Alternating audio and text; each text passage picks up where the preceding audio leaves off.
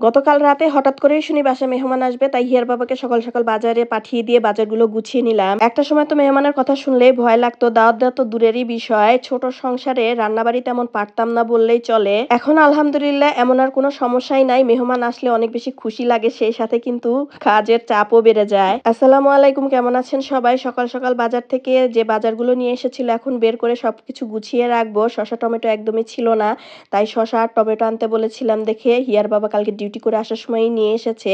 সকালে বাজার থেকে বেগুন আনতে বলেছিলাম, তাই 2টা বেগুন নিয়ে এসেছে। আমরা আসলে বাজার করতে বলেই তো হয়ে যায় কাজ, তবে যারা বাজার করে নিয়ে আসে তারাই জানে আসলে পকেটের কি অবস্থা হয়।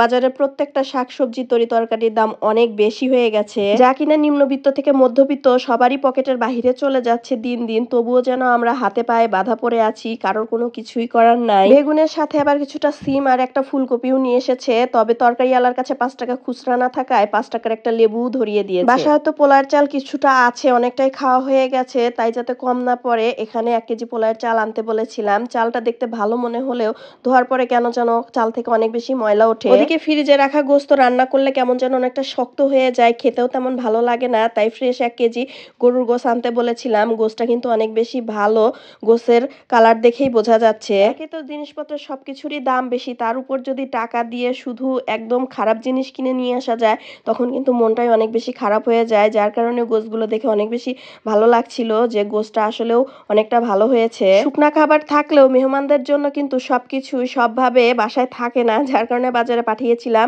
বাটা মাছ ভাজি করব দেখে কিছুটা পরিমাণ বাটা মাছও নিয়ে এসেছে, কাটিয়ে এনেছে, আর এই 10টা মাছ কাটাতেই 20 টাকা নিয়েছে। যেহেতু আমি ছাড়া আমার বাসায় কাজ করে দেওয়ার মতো তেমন কেউই নাই, এগুলো গুছিয়ে রাখতে রাখতেই আমার অনেকটা বেশি সময় লেগে যাবে। তার উপর আবার পেঁয়াজ ছিলে কেটে রাখবো, সাথে আদা রসুনের পেস্টও শেষ হয়ে গেছে, সেগুলো ছিলতে ছিলতে প্রায় 1 ঘন্টা সময় লেগে যাবে। পেঁয়াজগুলো ছিলে নিয়েছি, সাথে আদা রসুন ছিলেও এখন কেটে নিয়ে ব্লেন্ডারে ব্লেন্ড করে নিব। অন্যদিকে ডাল বেটে নিচ্ছি, আজকে দুপুরে ডালের বড়া বানাবো, তাও আবার কুমড়ার পাতা দিয়ে। অনেকেই আছে শুকনা খাবার খেতে পারে না, আমার তো এই ডালের বড়া হলে আর কিছুই লাগে না, তার উপর পাতায় করা এই বড়াটা খেতে আরো বেশি স্বাদের হয়। এটা মানিকগঞ্জের ঐতিহ্যবাহী একটা পাতার বড়া। পাটায় মুসুরি ডালগুলো বেটে নিয়ে পরিমাণ মতো লবণ, হলুদ আর ফ্রোজেন করা কাঁচামরিচ বাটা দিয়ে পরিমাণ মতো চালের গুঁড়া দিয়ে দিলাম। এখন সবকিছু ভালোভাবে হাত দিয়ে মেখে নিচ্ছি। চালের গুঁড়াটা দেওয়ার কারণে পাতার বড়াটা খেতে অনেক বেশি মুচমুচে হবে।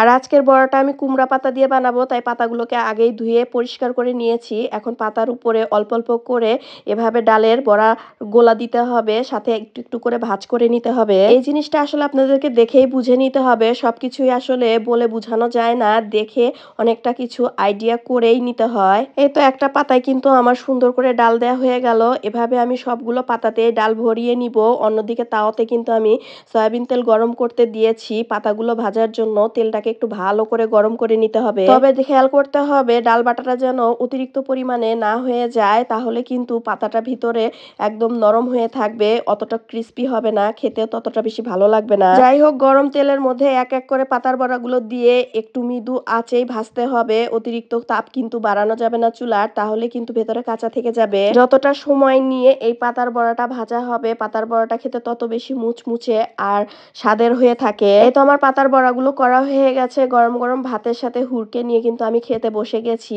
এই একটা বড়া হলেই আমার আর কোনো কিছুই লাগে না। হিয়ার বাবাকে দিলে তো এরা এভাবে শুকনা ভাত খেতেই পারবে না, তবে হুর আমার সাথে সব ধরনের খাবারই খায়, সাথে আবার রিভিউও দেয়। পাতার বড়াটা সেও পছন্দ করেছে এবং খেয়ে মাশাআল্লাহ সুন্দর রিভিউ দিয়েছে। আজকের ভিডিওটা এই পর্যন্তই, ভালো লাগলে কিন্তু অবশ্যই একটা লাইক কমেন্ট শেয়ার করে দিবেন। সবাই ভালো থাকবেন, সুস্থ থাকবেন, আল্লাহ হাফেজ, টাটা।